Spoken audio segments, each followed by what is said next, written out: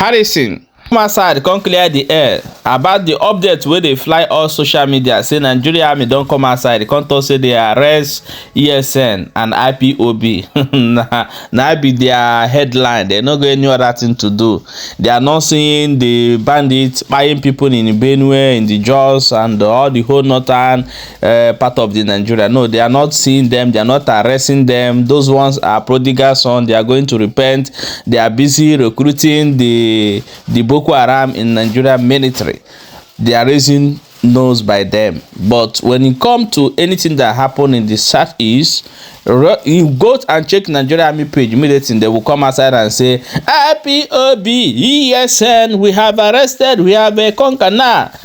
Harrison don't come outside come talk say the people wey they arrest yesterday has nothing to do with IPOB or ESN. I'm going to play you the video. May you listen and also watch the video of what happened there and come hear the response of this our brother for this interview. Very, very interesting. Then before we come back and continue, stay tuned. Talk louder. I recognize this one and this, especially this one. What do you use this one for? This one, when mosquito was biting me, they use it to cover my leg. Okay. And they are able to put it on, reach this place. Where they took it, and that side they collected it from me. From you. Okay. So what about this cream, the soap? They asked me to put the cream pretty white with one soup. Okay, so all this morning, This is the morning they asked us to move. And we should add this cream inside and Inside. soup.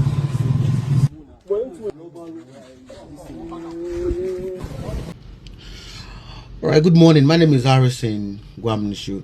So I woke up this morning with messages, comment. Was it ESN that were involved with the kidnapping? ESN or IPOB that were involved with the kidnapping? That you guys arrested suspected kidnappers, recover guns, ransom from Adani in Uzo, the local government area of Enugu state. Was it ESN or IPOB?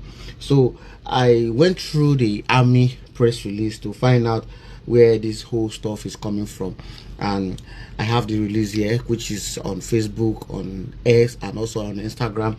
All right, now what I discovered was, I think the army dropped 2 updates. They use one post to make 2 updates. Okay, go through it very well and you understand that what you are seeing there are 2 updates but in one release. I think the way they wrote it, I think is kind of confusing. Reason why you guys are saying, was it ESN or IPOB? For me, Harrison, I don't even know how ESN or IPOB looks like. All right, I've not met them before, but I know that I've seen people who support IPOB agitation and the whole law, but I don't know who they are and I don't want to know. I don't know about them. Okay, so but people who were arrested, people that were arrested and then gone recovered, ransom recovered, were kidnappers. All right, were kidnappers. All right, so those guys are kidnappers. They have been terrorizing that community, and then on Friday last week, that woman was kidnapped and ransom was demanded. They paid ransom, and then we went for it, and then suspects were arrested. We recovered the ransom, gun were recovered, and which was handed over to the police yesterday. Now, this was carried out by the military, 82 garrison in Enugu. All right. Now, if you read through, just read from beginning to the end, you understand that they used 2 cases in this press release, not just one. So it was 2 updates they used to, and I think the person that made the release, we have to go back and clarify it. All right. Now, this is where it concerns us. This one that happened at Adani. All right, now he said, look at it, let me read through a little. All right, now in a related intelligence driven operation on the same day, troops of 82 division garrison deployed at Adani in Ozowan local government, acting on credible intelligence from the Department of State Services, tracked and intercepted ransom proceeds linked to a kidnapping syndicate. Now the swift raid led to the arrest of a notorious kidnap suspect, further exposing the group's reliance on criminality to sustain its collapsing network. Exploitation of the area led to the recovery of a pump action rifle, and the sum of 2 million naira cash believed to be ransom funds from the suspect's residence. All right. So if you go to from beginning, you see that there are two different updates. All right. So the handler of this, the military handler, used two different updates for this. So at the beginning, it was a case they have with a ESN or whatsoever that led to that was what they started with. Then they now added this one together. All right. So if you see the picture that were uploaded here, you see my picture in that place. Those places you see me counting money, I was trying to confirm something. All right. So if you see the other place that you see like this kind of picture here, like this picture here, all right, that's not the scene. That was the bomb or ice, yes, whatsoever they call it, I don't know. That should be their own, you understand? So please let us try to read through and see the confusion in it. All right. So I think it's from the handler who posted this page. So please, for clarification, I was not involved in the arrest of ESN or IPOB members. Why do you think the Southeastern youths are so reluctant on joining the army? The reasons are very obvious. Which are? You call them Ipob and terrorist organization, and you have killed them in numbers. Who killed them? The Nigerian military. Killed Southeast youths in numbers? Southeastern youth, yeah. They are in the Southeast as an army of occupation. And every youth they see in sight is shoot at sight. In the Southeast? Yes. These have been are the governors aware of this? Of course, all of them are aware. All of them are. And what are they doing about it? Especially if this story happens to be true. Especially that of Imo State. In the local government of Hope Uzodinma, you can hardly see any young man there. They have all run away or they were killed.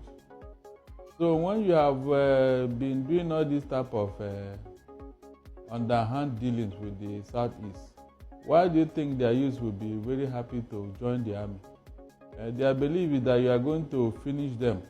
What you could not do with this, all this, what do they call it, insecurity, you now want to finish them with the military. But Barrister, there is a belief, or some quarters will say that the reason why there is so much military presence in the Southeast is because of the insecurities happening there by the unknown gunmen.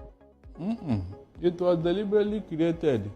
You know, when you want to hang a dog, you give it a bad name. What is the reason for the insecurity in the Southeast? You said insecurity in Southeast was deliberately created. It was. By whom? At least we have had Asari Dokubo and his group. They are telling us what the agreement they had with the federal government.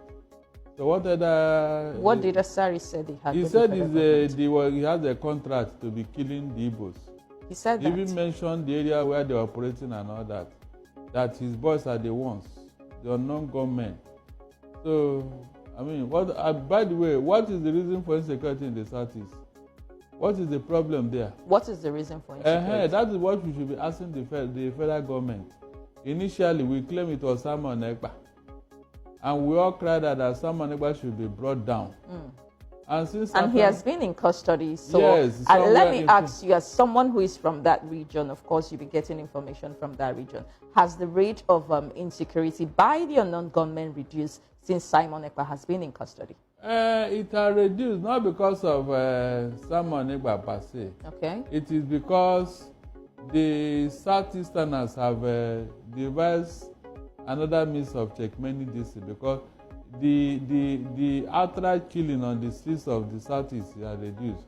But the Fulani herdsmen are still rampaging in the bushes and farmlands. They are still there. So in the Southeast region, we saw women protest in Enugu State. So all those things, who created them? Are they Southeasterners? Is the federal government not aware of what these people are doing? Why did they allow them to be carrying guns and be killing people? And when anybody wants to stop them or retaliate, the person is arrested, while the attacker is allowed to go free. So when you see all these things, are you not supposed to know that something is wrong somewhere? My people, una don see am as it dey happen. And when I don't see the response of this particular barrister for inside this video.